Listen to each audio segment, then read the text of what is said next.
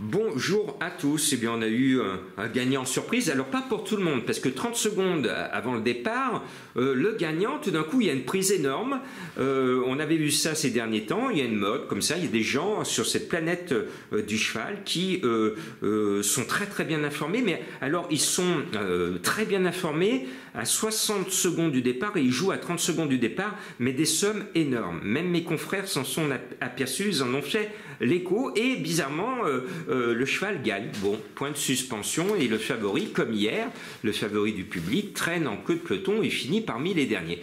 Encore une fois, point de suspension. Bon, on va vers un très joli quintet ce jeudi à Vincennes avec des champions, avec des snipers, avec des fusées qui viennent de l'étranger. Des fusées, on dirait un feu d'artifice. Il y a des Suédois, il y a des Italiens, et il y a nos coqs français. Et parmi nos coqs français, eh bien, il y a une belle Italienne qui est entraînée par Nicolas Bazir et menée par Jean-Michel Bazir, Destiny di Poggio.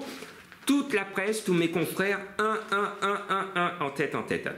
Donc je me suis dit, c'est trop facile pour être vrai. Elle est déclassée, elle vient de faire l'arrivée du prix Marcel Laurent. Sur le papier, moi je le fais sur le papier, déclassée, effectivement, mes confrères ont raison de la mettre en tête. Maintenant, si vous croyez qu'on va vous afficher ce jeudi un quintet avec premier favori, deuxième favori, troisième favori, quatrième favori, cinquième favori, vous voyez ce que je veux dire. Bien.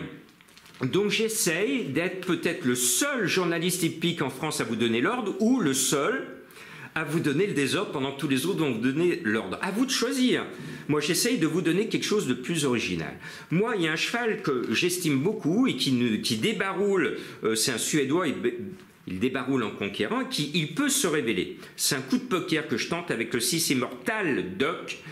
Ce cheval immortel mené par David Thomas, le seul, ils sont deux, mais c'est le seul 4 ans devant, et ben, le genou, le cadet, il va dire oui, c'est moi le meilleur, c'est moi le plus rapide, je pars devant, David Thomas, il me mène bien et je peux faire une grande performance. C'est un énorme coup de poker, un pari audacieux que je tente avec vous.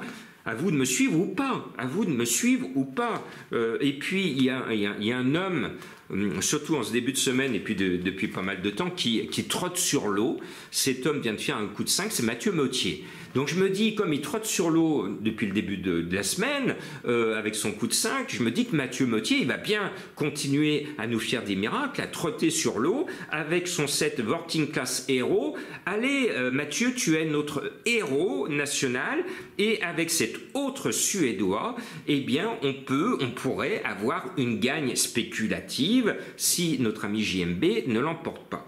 Maintenant, j'ai une grande admiration pour Jean-Michel Bazir. Il est emmuré vivant au départ en deuxième ligne le long du rail, mais le grand talent de JMB, comme c'est un grand bonhomme, il va bien nous imaginer un truc pour passer dans un trou de souris, mais c'est vrai que c'est la mission de JMB, c'est pour ça qu'on va voir tout à l'heure son grand talent, comment il va se sortir du piège de la corde et va-t-il pouvoir s'en sortir? Parce qu'on a vu mon 3 aujourd'hui qui avait la classe d'être là, il a été enfermé, pris en sandwich à l'entrée de la ligne droite et c'était fini parce qu'il n'avait pas la place pour passer. On peut être très bon, mais si c'est fermé, on peut pas forcer la serrure. C'était fermé pour mon favori, le 3, et le jockey n'a pas pu forcer la porte. Tout à fait, ça se fait pas de forcer les portes. Ben, JMB, il va falloir qu'il nous invente un truc, mais il a le talent pour l'inventer.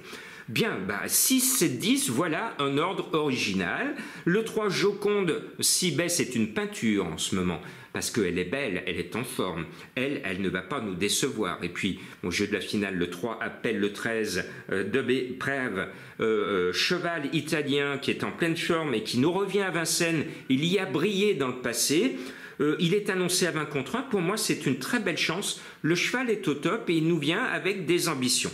Le 15, eh bien, c'est Björn Goop. J'adore les chevaux de Björn Goop. Le cheval est bon, l'entourage est confiant. Il vient en conquérant comme mes 2 favoris en tête de ma sélection. Ce 15, je le sens bien.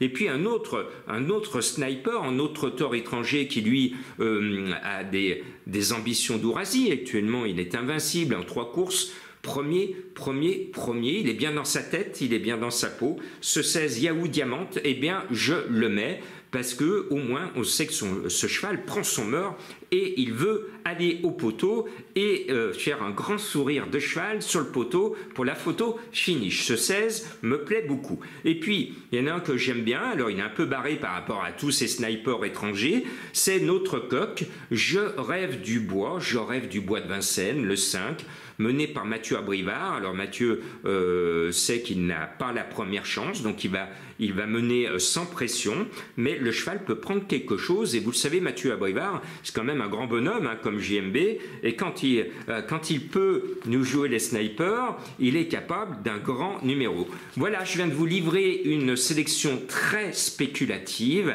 et j'espère pour vous qu'elle va rapporter. Et j'ai une énigme du jour, parce que c'est l'idole de Madame Colombo. Elle a tous ses disques. C'est une dame extraordinaire qui chantait, mais de façon divine. Elle est connue au niveau international, et dès qu'elle se met à chanter, dès qu'on l'écoute de nouveau, qu'on voit ses vidéos, Madame Colombo se met à pleurer. Qui est ce cheval mystère? À vous de le découvrir. Et je vous donne le cheval de Madame Colombo pour terminer. Je ne l'ai pas mis, j'ai pris un risque de ne pas le mettre. C'est le 2, Jolie Surprise.